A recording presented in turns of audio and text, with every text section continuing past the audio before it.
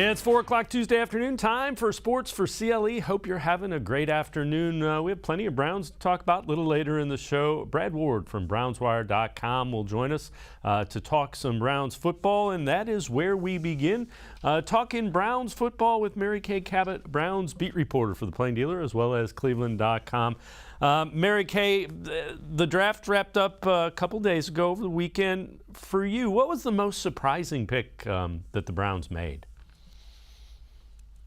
I have to say probably their first pick. The fact that they went cornerback there, I don't think any of us were really thinking it that much, although I knew they were interested in two cornerbacks that went off the board very soon, right before they were supposed to pick at 44. There were two cornerbacks that they liked there in Kyler Gordon and Andrew Booth Jr. That went off the board. And I think that had something to do with why they actually traded down. And I would have to say maybe Martin Emerson. We didn't really have him on the radar. Most of us really weren't thinking along those lines. And if we were, we probably weren't necessarily thinking of Martin. When you look at that, does that say they were drafting kind of like a team that expects to be contenders? Because it clearly wasn't an area of immediate need, but you don't draft people like that unless you think you can develop them and eventually put them on the field. Yeah, that's part of it. And then the other part of it is the fact that they just truly believe that you can't have enough good cornerbacks, especially in today's NFL, when teams are playing 3 wides, 4 wides, and you're wearing those guys out. And so you want to be able to roll them through. You want to be able to keep them fresh. And a lot of times you have to have 3 cornerbacks on the field at any given time. Sometimes you have to have 4. So I think that, that had a lot to do with it. They saw a good developmental prospect here, and I think he actually will probably get some playing time in 2022. Who do you think was the most underrated pick that Andrew Berry made? The guy that they got a lot of value for, and you think will maybe surprise some people? Well, I think Perrion Winfrey, I don't think anybody believed that he would last until the 4th round. So I think that he was a player that draft analyst Dane Brugler, who most of us around here know from The Athletic, he had a 2nd round grade on Perrion Winfrey.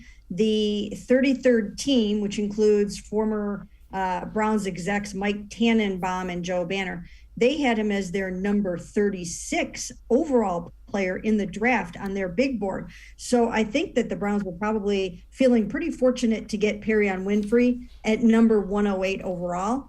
And I think he'll play a pretty big role this year. I know you also wrote an article about this. So Winfrey and also kicker Cade York, how do you figure that they made the draft for the Browns?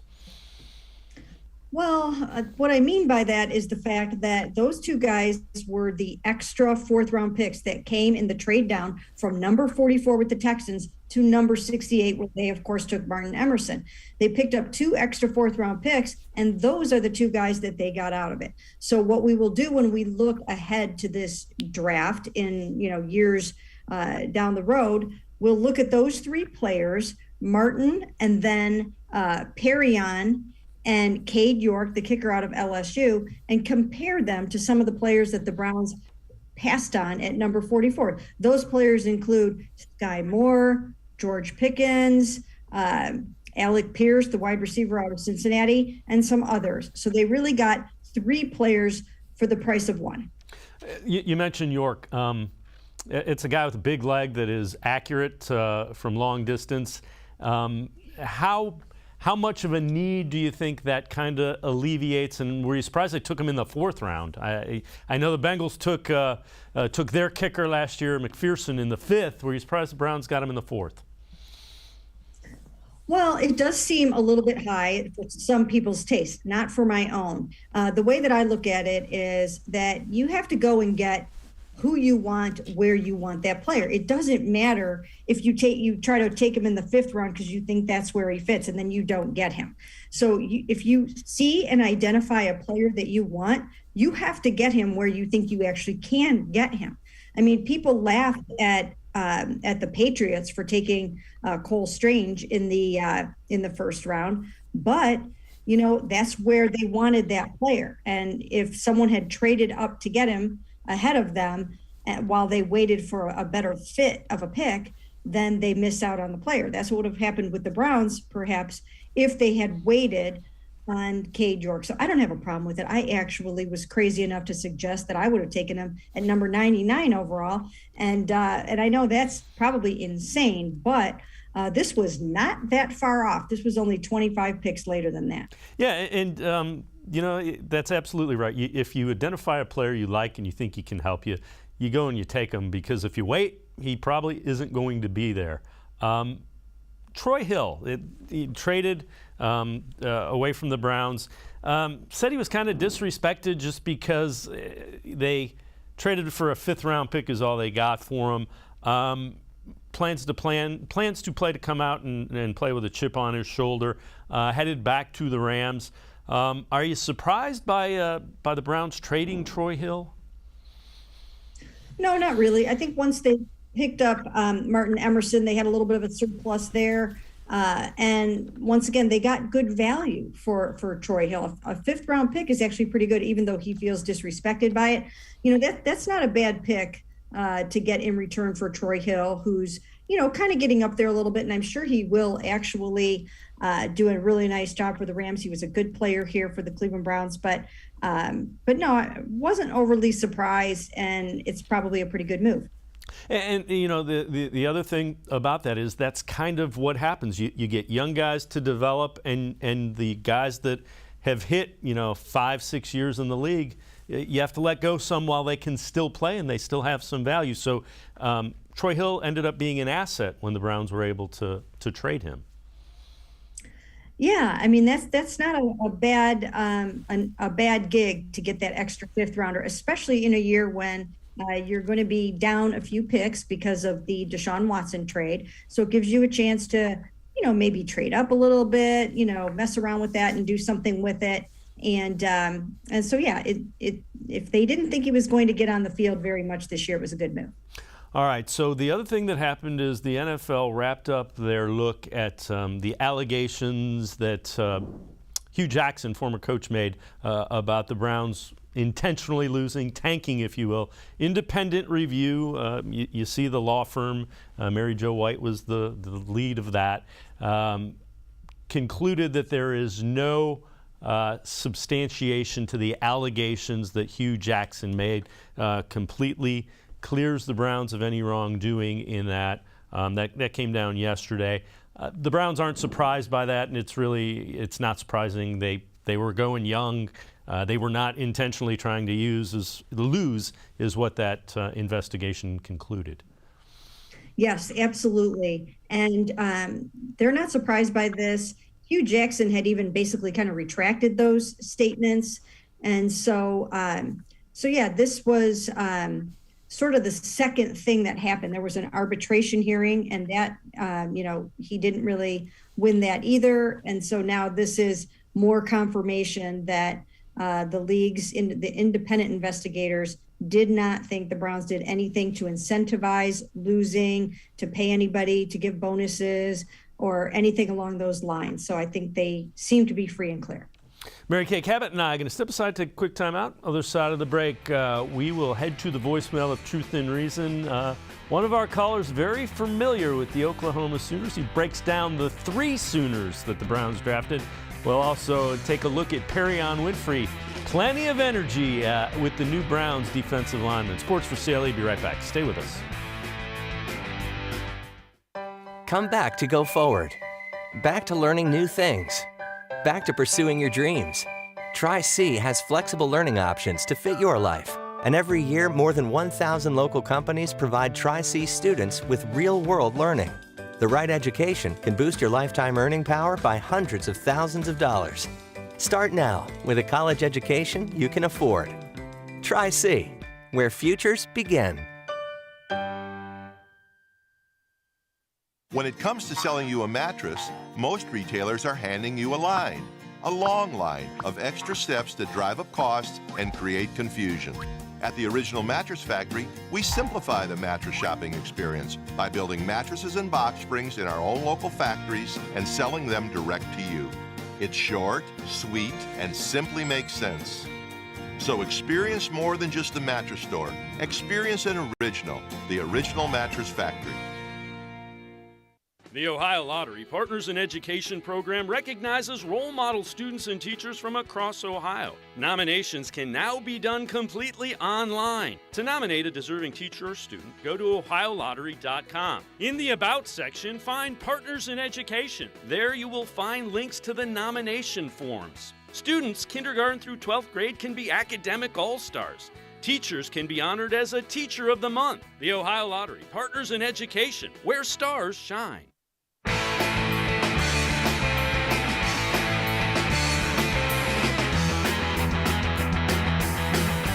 We continue talking Browns with Mary Kay Cabot, Browns beat reporter for the Plain Dealer, as well as cleveland.com. Time to head to the voicemail of Truth and Reason. Viewers of the show know this guy is a huge Baker Mayfield supporter. He also has a little scouting report on the 3 Oklahoma players that Andrew Berry drafted. Hey, Dave, this is Mr. Sooner Mayfield. I know you all are busy. You got all kinds of things going on. But I just wanted to give you a little bit of insight into something. Here in Soonerland, we were skeptic of Baker Mayfield walking on. He was there trying to replace Trevor Knight, who had been the MVP of the bowl game before and had absolutely destroyed the defense of Alabama. And we thought, what is this guy trying to do? But it soon showed that he had a better arm, a stronger arm, an unbelievably accurate arm, and he picked up the people around him. He made them better. Also, the people that said, boy, when Baker leaves, we get rid of this Sooner stuff. Well, I've got news for you. You guys drafted 3 Sooners. And of the 3, Perrion Winfrey is making the most noise, and he's a beast. There's no doubt about it. He will do what he says he's going to do. But the real sleeper to me is Isaiah Thomas, because all the games I watched, Isaiah Thomas had more sacks, and actually he appeared to be a little smarter in his attack because he would do spin moves, he'd go outside, he'd knock the guy on his butt, but a lot of times he'd push the guy back into the other blocker, and then other people could make the tackle. Looks like Soonerland is going to be in Brown territory for a long time. And if Baker leaves, then I'm to change my name from Mr. Sooner Mayfield to like Mr. Sooner Grandpa or something. And you will always be welcome on the show. We appreciate all of the voicemails. Mary Kay, again, Baker's still with the Browns. Again, it's just not a great situation, but Andrew Berry wants to get something for him. And Andrew Berry didn't realize he had drafted 3 Oklahoma players, so he was evaluating them as individual players, not as a package deal, if you will. Yeah, that was kind of funny. It gets so crazy during the draft, and there are so many phone calls and so many trades and so much going on. The day before, he jokingly said, as he was walking to the press conference on the first day of the draft for them, he had to ask his PR director, Peter John Baptiste, how many trades did we make? And I thought that was kind of funny. And then the second day that they were out there, he didn't realize that he had drafted 3 Oklahoma guys. I wrote in one of my stories, if you didn't know any better, you would have thought that perhaps they were trolling Baker Mayfield with that. But not so. I don't think those guys operate like that. But it was kind of funny. Yeah, and again, I hope Baker Mayfield lands and continues his career somewhere where he can succeed. We'll see. One of the guys that's going to be wildly popular, and you already see it, Perrion Winfrey. Take a look. Winfrey, social media, getting after it, and that is a whole heck of a lot of weight. Each of those, it looks like there's 8.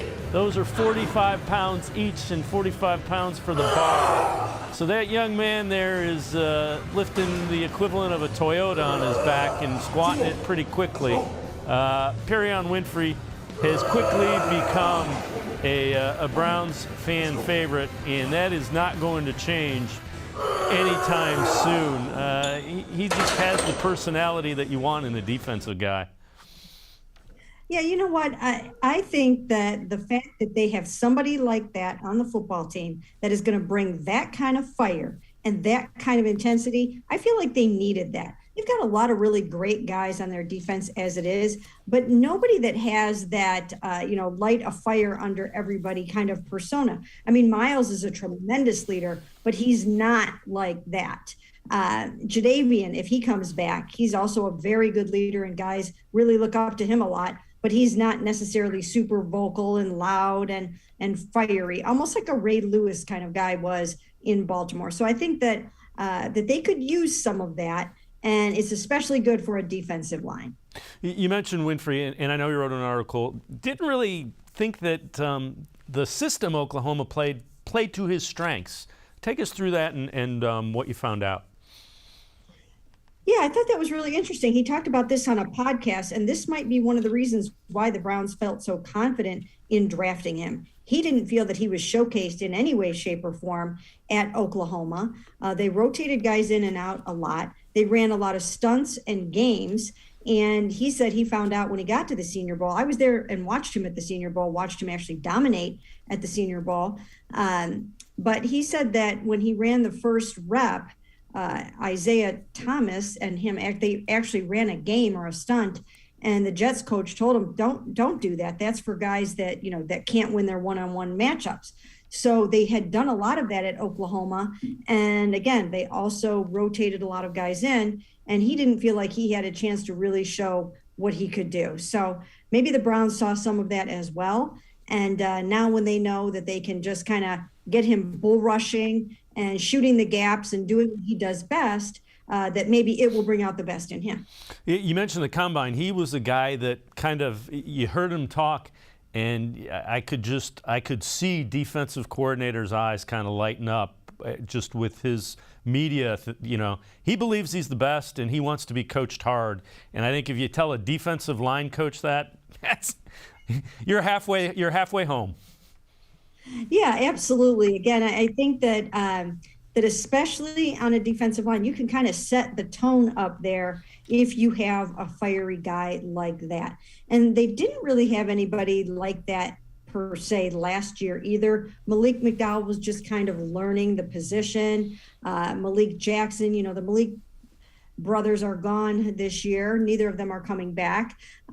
So not really brothers, just kidding around about that. But so they don't have somebody, an enforcer, a guy that is just going to bring the fire and bring the juice and the heat and all that kind of stuff. And now they've got that guy.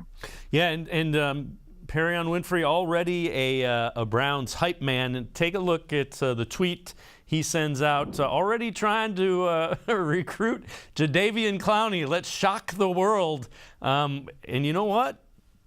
You got to like when a guy comes in and clearly not afraid to say his mind and wants to make a difference. Absolutely. And it's funny that he is now also lobbying for Jadeveon Clowney. We know that Myles Garrett has lobbied for Jadeveon Clowney. So hopefully for all involved, they'll just get that thing done as soon as possible, and they'll be ready to roll on that defensive line. I think that would be one heck of a defensive line if they could also get him back here. Have you heard anything recent on Jadeveon Clowney? We haven't heard his name attached to another team, which is usually a pretty good sign. I don't know that we would. Do you have a sense, is that still very likely for the Browns? I think it's still possible. Yeah, I would have to say that I actually kind of think it will happen. I don't know for sure, but I definitely think it's still a possibility. And again, there seems to be that would kind of bring a lot of things together if they can find a way to come to terms with Jadeveon Clowney. Do you agree on the defensive line? Yes, absolutely. I think that's the missing piece right now. And if they can plug him in over there opposite Myles, then you can roll some of the other guys in. They drafted Alex Wright in the 3rd round. They've signed Chase Winovich. They added a couple of other guys as depth pieces there. And so, yeah, I think that he is somebody that they can pop right in there and have their 2 starting defensive ends again. Mary Kay Cabot, Browns beat reporter for the Plain Dealer, cleveland.com, and I are going to step aside, take a quick timeout. Other side of the break, we turn our attention to the wide receiver room, another area the Browns upgraded some. Could they look to upgrade more? We'll talk about it on Sports4CLE. Stay with us. When it comes to selling you a mattress, most retailers are handing you a line. a long line of extra steps that drive up costs and create confusion. At the Original Mattress Factory, we simplify the mattress shopping experience by building mattresses and box springs in our own local factories and selling them direct to you. It's short, sweet, and simply makes sense. So experience more than just a mattress store. Experience an original, the Original Mattress Factory. The Ohio Lottery Partners in Education program recognizes role model students and teachers from across Ohio. Nominations can now be done completely online. To nominate a deserving teacher or student, go to ohiolottery.com. In the About section, find Partners in Education. There you will find links to the nomination forms. Students kindergarten through 12th grade can be academic all-stars. Teachers can be honored as a Teacher of the Month. The Ohio Lottery Partners in Education, where stars shine. Thanks for buying a fishing license. I want you to picture all of the great things this simple purchase does. Like Building public boat ramps, keeping local waters clean. and maintaining a healthy fish population. What's Mom doing? When you buy a fishing license, you do a lot. Every dollar protects and maintains your local waterways for future generations to enjoy. Visit takemefishing.org.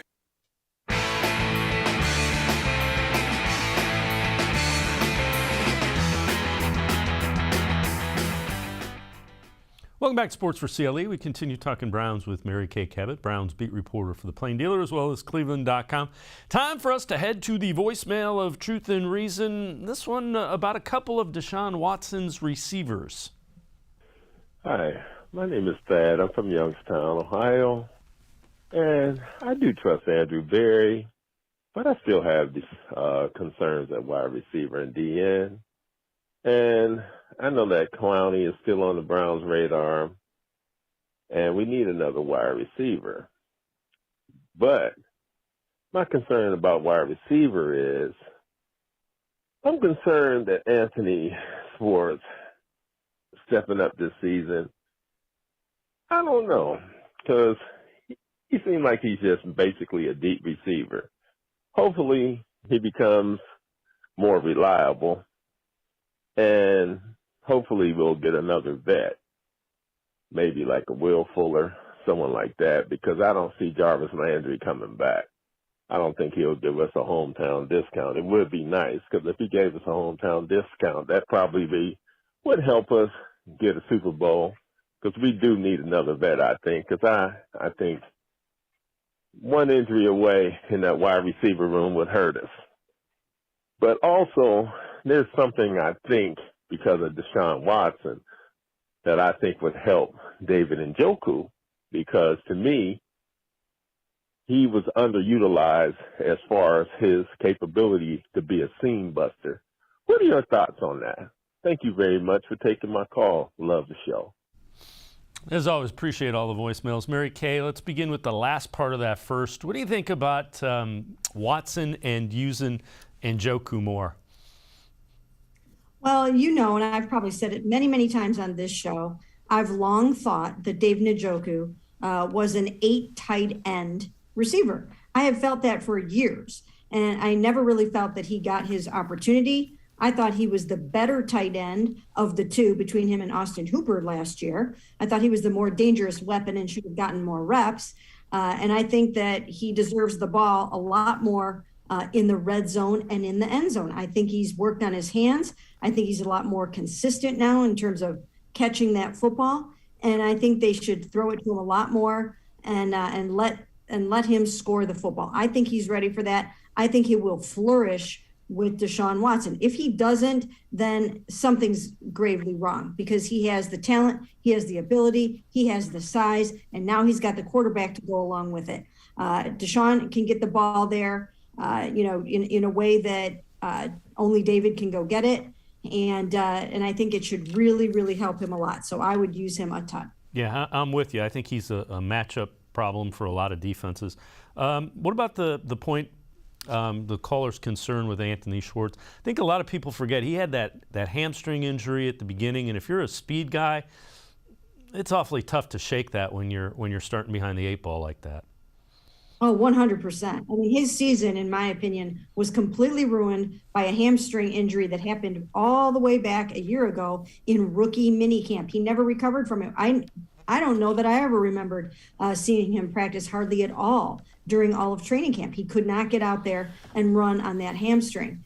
And then when he finally did get in there, he was in over his head. He had to sub right away for Odell Beckham Jr. He was not ready. That was a surprise to everyone in the organization because they thought Odell was going to start right from the beginning.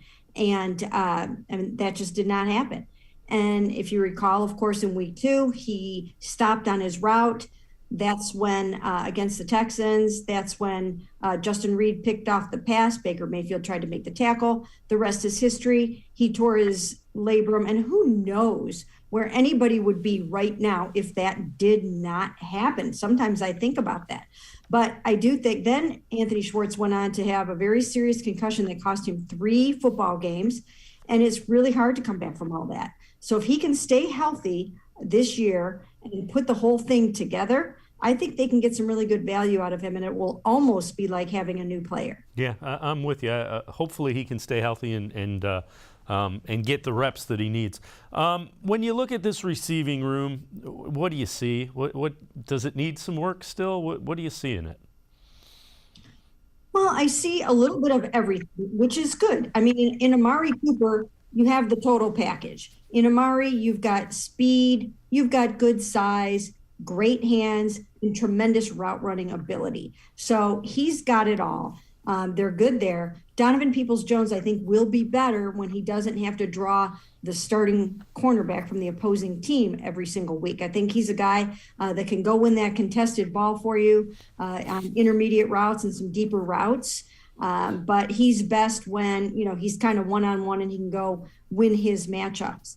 And then Anthony Schwartz, as we mentioned, he's your go route guy. Just like let him go and just blaze down the field and see if you can't get the ball in his hands. And then now you've got David Bell, who is sort of your slot, more possession type of receiver, gives you some of the things that Jarvis Landry could do, which probably means Jarvis isn't going to be coming back to the room.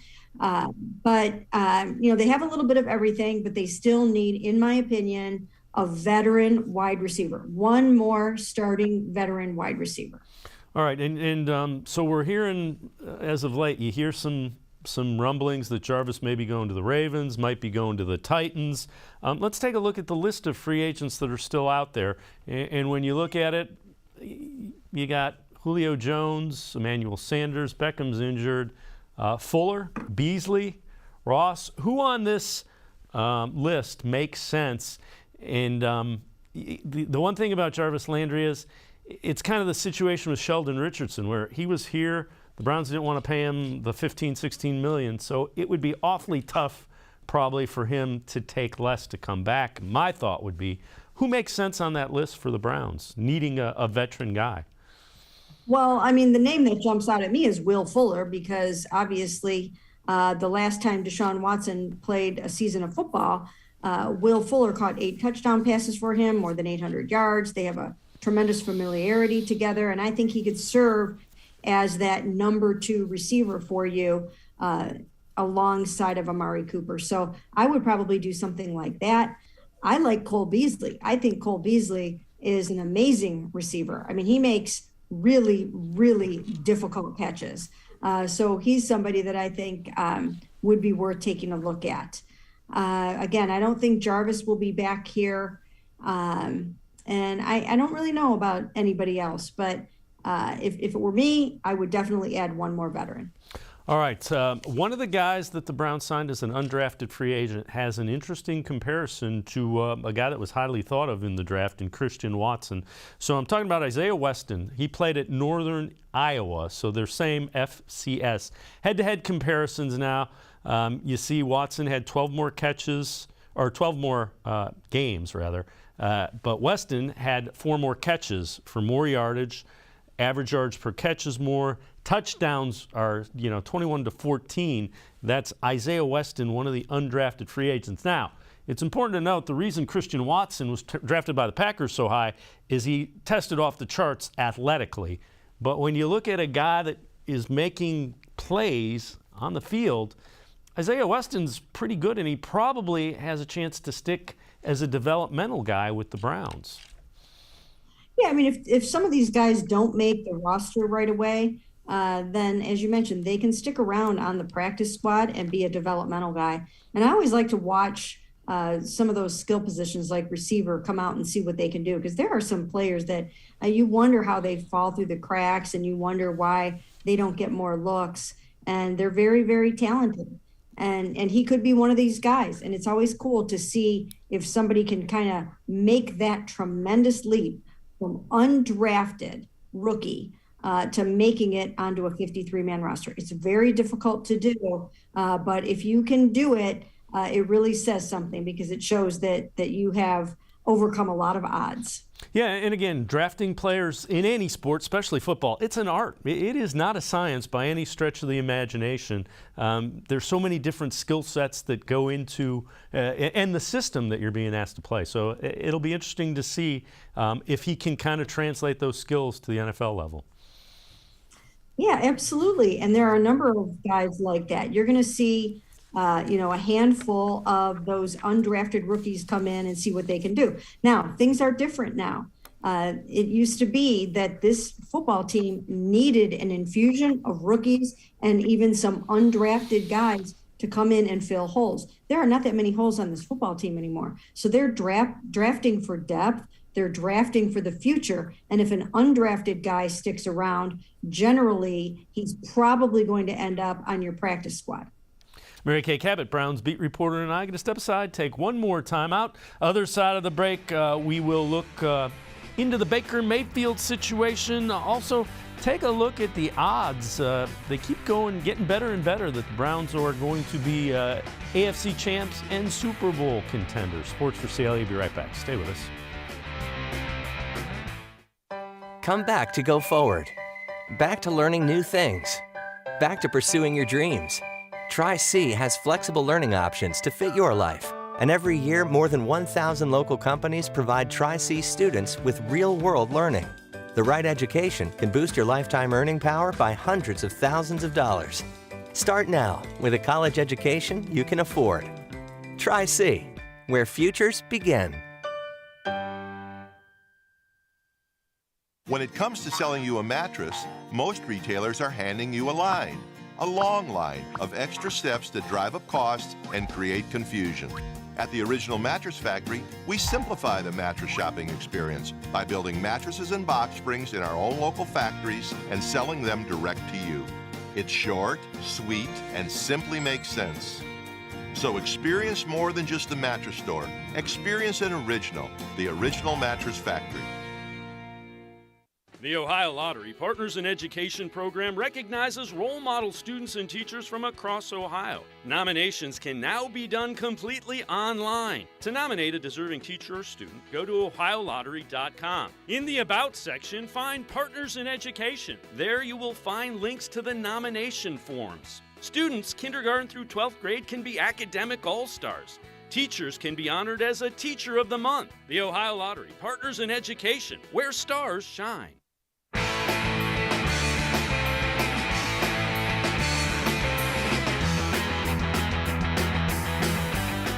We continue talking Browns with Browns beat reporter for the Plain Dealer and cleveland.com, Mary Kay Cabot. Time to head to the voicemail of Truth and Reason with a question about the Browns starting quarterback. Hi, Steve Landon. Just wondered if Deshaun Watson is suspended for the entire season and Baker's still on the payroll. Do you see any way the Browns would start him? Thank you. Mary Kay Cabot, I will defer to you for that question. What are your thoughts? That's not the plan. The plan is for Jacoby Brissett to come in here and to be the backup quarterback for the Cleveland Browns. And if Deshaun doesn't start, that Jacoby will be the starter in his place. That is the plan going in. Of course, we all know anything can happen. Things change. But I really don't see the Browns starting Baker Mayfield unless they absolutely have to. Now, if Deshaun is suspended for a lengthy period of time and something happens to Jacoby, then I guess they could get down into their depth and they could have to start Baker Mayfield. and it would behoove him to go out and play some good football because he is having to rehabilitate his career, and he has to show people that he can play this game at a very, very high level and that he deserves a starting job in the league. So that's just how that would have to go. But I don't envision that happening. In fact, I think everyone really hopes that it just doesn't get to that point and that they find a new home for Baker Mayfield before the season starts. Yeah, and that would be the best for all involved. All right, so along the lines, Kyle Brandt from NFL Network Good Morning Football, the question was put to him, among others, who would you choose, Baker Mayfield or Jimmy Garoppolo? Here is Kyle Brandt's answer. I feel like I'm walking into a support group, and then I have to say, hi, I'm Kyle, and I like Baker Mayfield. Is that okay? Are you offended by that? I feel like I'm the only person in the world. Hi, Kyle. We'll get through this. No, I like Baker, and the only thing I don't like about Baker is my take on Baker. I think it's weak and lame and boring for TV, but it's in 2020, he was a top 12 quarterback, top 12. He was really, really good, and then he was injured for most of last year, and I know, and that's tedious, but that's just where I come out. And when I come out on these two, I'm going to go with the more talented guy. Do you want a nice four-door sedan? That's Jimmy. Four-door sedan, stock options, nothing crazy, gets you where you want to go, and it's wonderful. I want to go to the Super Bowl. He's got that four-door sedan, got me there. Get some really good drivers and passengers. Or do you want the sports car that's been in the shop? And it's got that check engine light on. You're like, what the hell? Is this thing some kind of lemon? He's a sports car? Yeah, yes. #1 overall pick. Okay. Heisman winner. Very talented. Now, it's small. It's a small sports car. I'm not saying it's an Aston Martin or anything, but I'm going to go with Baker. I'm going to go, and I'm not going to apologize for going for Baker. Screw you, anybody who thinks I should. And Mary Kay, when you look at it, you know, we've heard all the NFL owners are unhappy with the guaranteed contract of Deshaun Watson. There's been more and more rumblings that maybe that's the reason that some of them won't take any or a large portion of the Baker Mayfield contract. Do you buy any of that, or is that just kind of the noise outside of that? I think that's a lot of noise. I mean, I'm sure that some teams do feel that way, but really, you know what? Get over it. I mean, just get over it, because if they didn't give a quarterback a fully guaranteed big contract like that, somebody else was going to do it. It just takes the first team to do it. And teams, if they're jealous, well, then, you know, maybe they should have thought of it themselves. So I think that's ridiculous. And it's not something that they're worried about at all. I mean, these are trailblazers in the Cleveland Browns front office. They don't care if somebody's going to be mad at them. That's not what this is all about.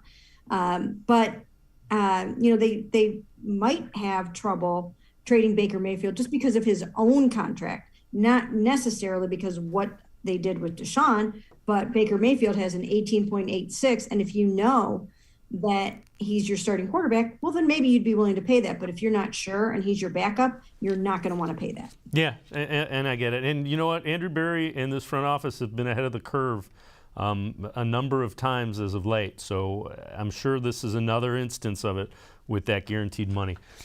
When you look at that roster as it's constructed on May, whatever it is, the 3rd, what areas concern you right now? Well, I think we've identified a few of them, and that is number 2 receiver. I think that they need one more savvy veteran in there because none of the other guys have had a big season or have any proven productivity yet. So I definitely think that's one area. And then defensive end. I still do think that they could use a veteran starting defensive end like Jadeveon Clowney. If it doesn't work out with him, then Jerry Hughes is still out there. So I would still do something like that. And really that's about it in terms of just areas of concern. I think they took care of everything else. Well, the other thing that's kind of interesting is when we look at the odds, and this is to win the Super Bowl, this is from BetMGM, Browns are kind of right in the middle of there. You see they're better than the Ravens, right around the Chargers, the Broncos with Russell Wilson, Dak Prescott. You go through the list. They're 10th overall, 5th in the AFC, and they're kind of in that. You've got the 3 that are, you know, better than plus 1,000, and then they're in that pack with the Packers, Rams, 49ers. You feel that's kind of accurate? That's how good this roster shapes up to be? Yeah, I think so. I think the big X factor in all of this is how many games will Deshaun Watson play? I mean, if he's going to play, 14, 15 games, something like that, then I think you can keep the Browns right where they're at there with those kind of Super Bowl odds, because now they have an elite quarterback that stacks up with Aaron Rodgers and Tom Brady and Josh Allen and all of the rest. But if he's going to miss 8 games or more, then I think you really have to rethink that. Mary Kay Cabot, Browns beat reporter for the Plain Dealer and cleveland.com. As always, Mary Kay, thanks so much for your time and your insight. Appreciate it very much. Thanks for having me. All right, Mary Kay Cabot, Browns beat reporter. Make sure you read her pages of the Plain Dealer as well as cleveland.com. We're going to step aside. We'll continue talking Browns. Brad Ward from brownswire.com will join us straight ahead on Sports for CLE. Stay with us. Come back to go forward. Back to learning new things. Back to pursuing your dreams. Tri-C has flexible learning options to fit your life. And every year, more than 1,000 local companies provide Tri-C students with real-world learning. The right education can boost your lifetime earning power by hundreds of thousands of dollars. Start now with a college education you can afford. Tri-C, where futures begin. The Ohio Lottery Partners in Education program recognizes role model students and teachers from across Ohio. Nominations can now be done completely online. To nominate a deserving teacher or student, go to ohiolottery.com. In the About section, find Partners in Education. There you will find links to the nomination forms. Students, kindergarten through 12th grade, can be academic all-stars. Teachers can be honored as a Teacher of the Month. The Ohio Lottery Partners in Education, where stars shine. I am powerful beyond my wildest imagination. I will define my future. I will keep challenging myself to improve. Because I am a future leader of this great nation. I will be responsible for raising a beautiful family. And educating not only my generation, but many more to come. I will make a difference in my community. And I will stand up for what I believe in. I will not settle for simply chasing my dreams, I will achieve them. Because I was given a chance. An opportunity. A home. At Family, Career, and Community Leaders of America. The ultimate leadership experience. FCCLA has been one of the greatest experiences of my life. It's made me who I am today. Join us. We'll build a new future together.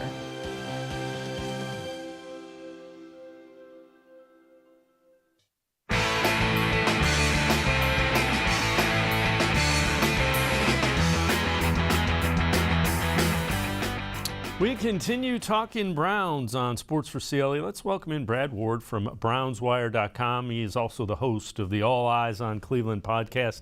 So, Brad, we've talked about earlier in the show a little bit about the need for another wide receiver.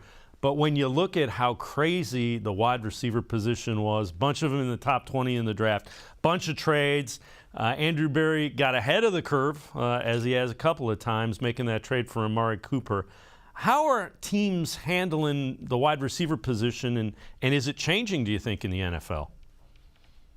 Yeah, we've talked about this before. I've talked about it a lot. It certainly is. And you saw a direct correlation to exactly that, where teams are deciding not to pay their star wide receivers and to supplement or try to reproduce that production with a rookie wide receiver. We saw where the Titans moved off of A.J. Brown in round 1 of the draft and directly replaced him with Treylon Burks. So here's a proven star wide receiver. They don't want to give him upwards of $25 million.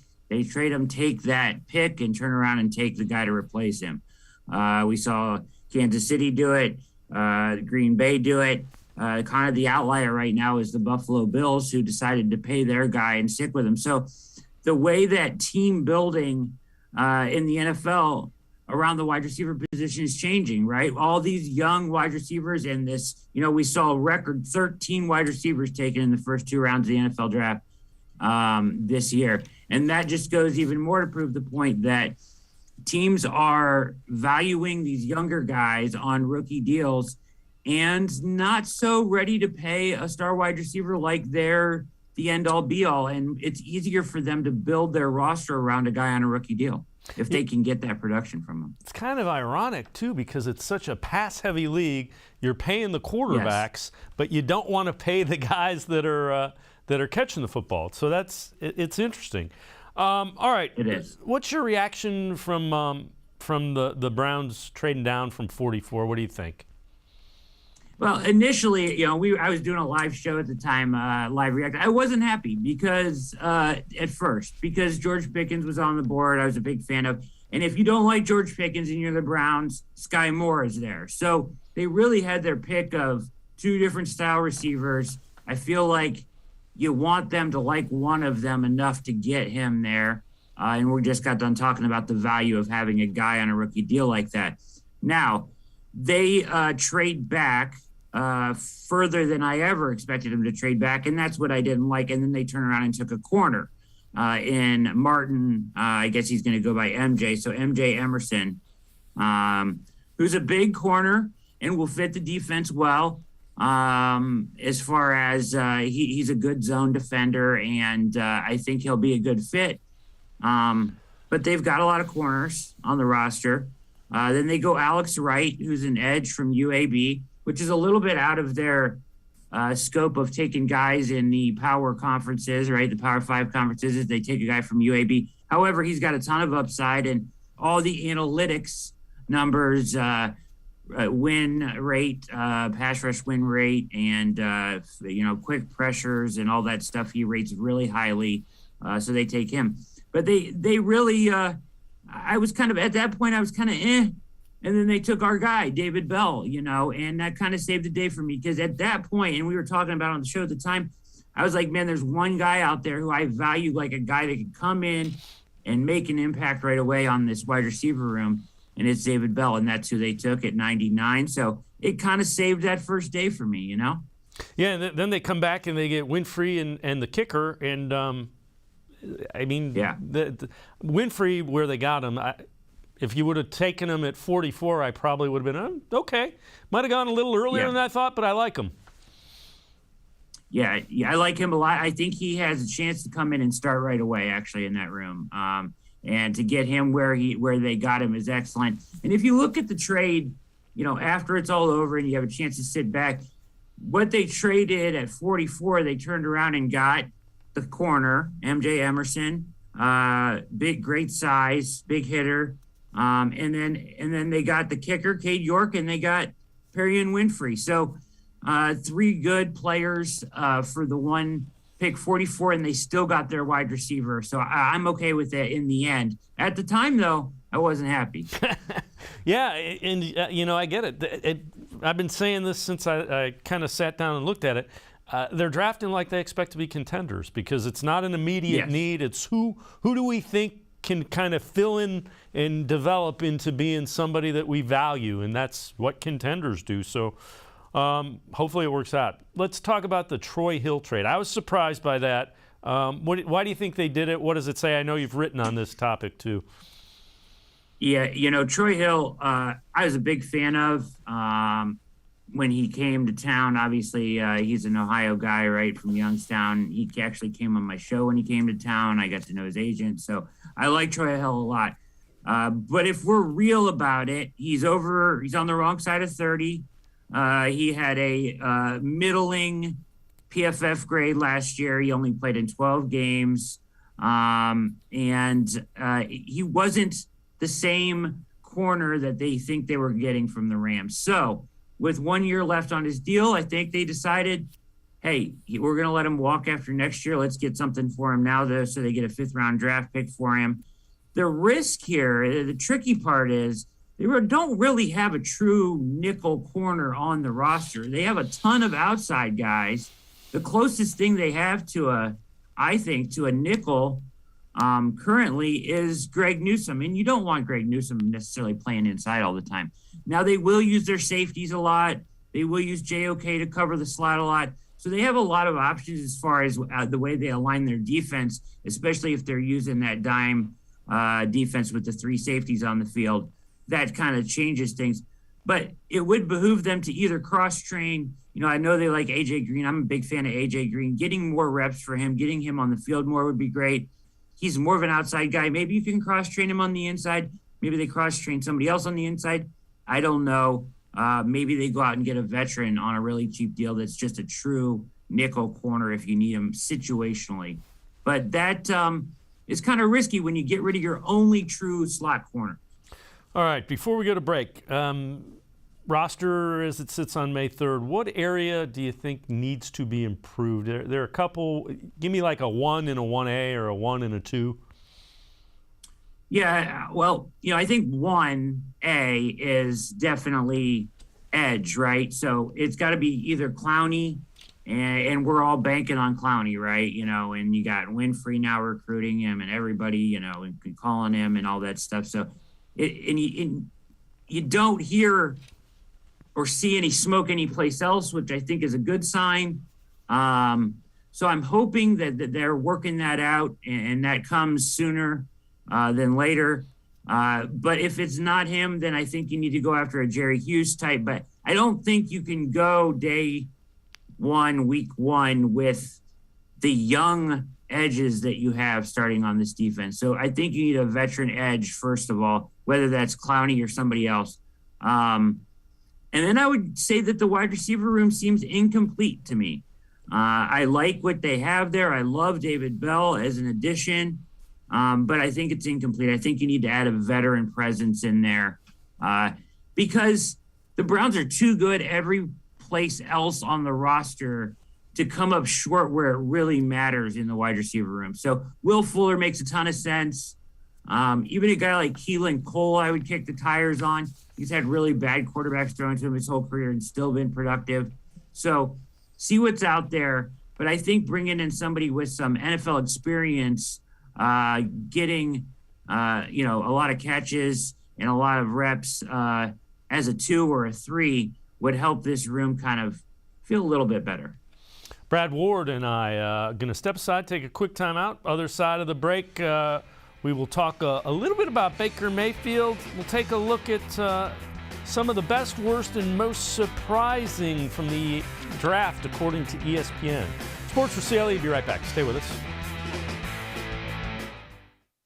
The Ohio Lottery Partners in Education program recognizes role model students and teachers from across Ohio. Nominations can now be done completely online. To nominate a deserving teacher or student, go to OhioLottery.com. In the About section, find Partners in Education. There you will find links to the nomination forms. Students, kindergarten through 12th grade, can be academic all-stars.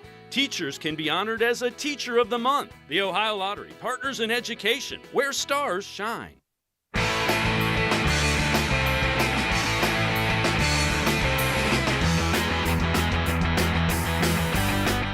We continue talking Browns with Brad Ward from BrownsWire.com as well as the All Eyes on Cleveland podcast. Let's listen in. This is from ESPN's KJM. One word to describe Baker Mayfield. Bust is a completely legitimate word to use. It's not, Max. But what I am saying is it doesn't apply. Bust is a number 1 pick, completely legitimate. You guys disagree. But it does not apply. I agree to Baker Mayfield. He's accomplished too much to say that. You could apply it to some, not to Baker Mayfield. So what is the word? That's the question. You say disappointment. Jay, you say bridge. Brad Ward, what do you say? One word to describe Baker Mayfield. Incomplete, I would say. Incomplete. I don't know yet, right? We don't know enough about him yet. I think he can be a successful quarterback in the league. I think he has to have everything right around him to do so. And I think the Browns were tired of trying to do that, right? Like, I don't think he's going to be a top 10 quarterback in the NFL, but I think he could be a top 15 quarterback in the NFL, if that makes sense. And he's not there yet. We just haven't seen the consistency. So I would say incomplete. And I can't really give a full answer on that. I think he's still kind of finding who he is, too. Yeah, I would agree with that. I'm going mercurial. I'm going to go an SAT word on you because he goes real high. The highs are high. The lows are really low. All right, NFL draft, best, worst, most surprising. 20 different categories from ESPN. Jordan Reed picks Isaiah Thomas, edge rusher that the Browns took from Oklahoma, as the best value pick in round 7. You see 6'5", 266. What are your thoughts on that? Yeah, I love this pick. Everywhere that I looked before this, I expected him to go probably round 5, round 6 grades on him all the way through. They get him late. And you watch him, and he's not super explosive, but he's already got like NFL ready pass rush arsenal. Like, he's already got the moves. He's already got an arsenal. He gets to the quarterback in a way that I think translates to the NFL when you watch him. So I think this is a definite steal. I thought he was going to go way earlier. The Browns, it's interesting for the Browns on this one, Dave. They go outside their guardrail by a lot, right, to get this guy. So, they pretty much have stuck to their age guardrail of under 22, but they go way outside to get Isaiah Thomas at 23 and a half. He's going to be 24 during his rookie season, which is unlike what they would usually do. So they bend a little bit on the age guardrail, and I think he contributes this year. I think he really has a chance to contribute, in some of those sub packages or those, NASCAR packages where you need to bring in a guy that can, play a little bit of speed rush from the inside or whatever you need to kick him outside. He can do both. But having the pass rush moves that he already has, that's something that some guys come into the NFL without. I think he's ready to contribute right away, at least minimal snaps he can do so. All right, before we go, let's talk about this one. Trevor Bauer, Major League Baseball came down hard, 324 game suspension. He's been, they keep putting him on the exempt list, for lack of a better term. That's not the correct thing for Major League Baseball, but they did that, and then they finally issue their findings after an investigation. Does that in any way, shape, or form, could that in any way, shape, or form affect the way the NFL deals with Deshaun Watson's suspension? It's interesting stuff here, Dave. I think that probably not. My first reaction is probably not. But there is a non-zero chance that Roger Goodell and whoever, the independent investigator, whenever they come up with whatever Watson's suspension is, doesn't turn around and look and say, hey, man, the optics on this are really bad when you look at what Major League Baseball did with Trevor Bauer, right? They're different cases. They're different. They don't need to get into the details. There's different details to the cases. There's levels of, bad, right? There's a lot of gray in both situations. So you can't really, it's not apples to apples, but neither of them were indicted. He gets 2 years. So I would also throw this in here on the same topic too, Dave. DeAndre Hopkins gets 6 games for testing positive to PEDs. So once again, we were talking 6 games, 4 games, optics wise, that looks bad if you're going to come in and suspend Watson for 6 games. Your people are going to be kind of like, But at the same time, Watson's case is very weird because he's never admitted any guilt and never been held accountable to any guilt to this point. So where do you draw the line there? I do think there's a non-zero chance that the NFL does look at it and say, hey, we need to account for this. Yeah, you're right. The optics of it will probably factor into the decision one way or another. They'll certainly take a look at the optics of what it appears to the public in general. Brad Ward, is always great stuff. Appreciate it very much. Thanks very much, Brad. Thank you, Dave. All right, Brad Ward, make sure you read him, brownswire.com. He is also the host of the All Eyes on Cleveland podcast. That's going to do it for this edition of Sports for CLE. We'll see you back here tomorrow at 4 o'clock. Scheduled guest Tim Bielek from the Plain Dealer, as well as cleveland.com, and Mac Robinson from 92.3 The Fan. That's tomorrow, Sports for CLE at 4 o'clock. We'll see you then. Have a great night, everybody.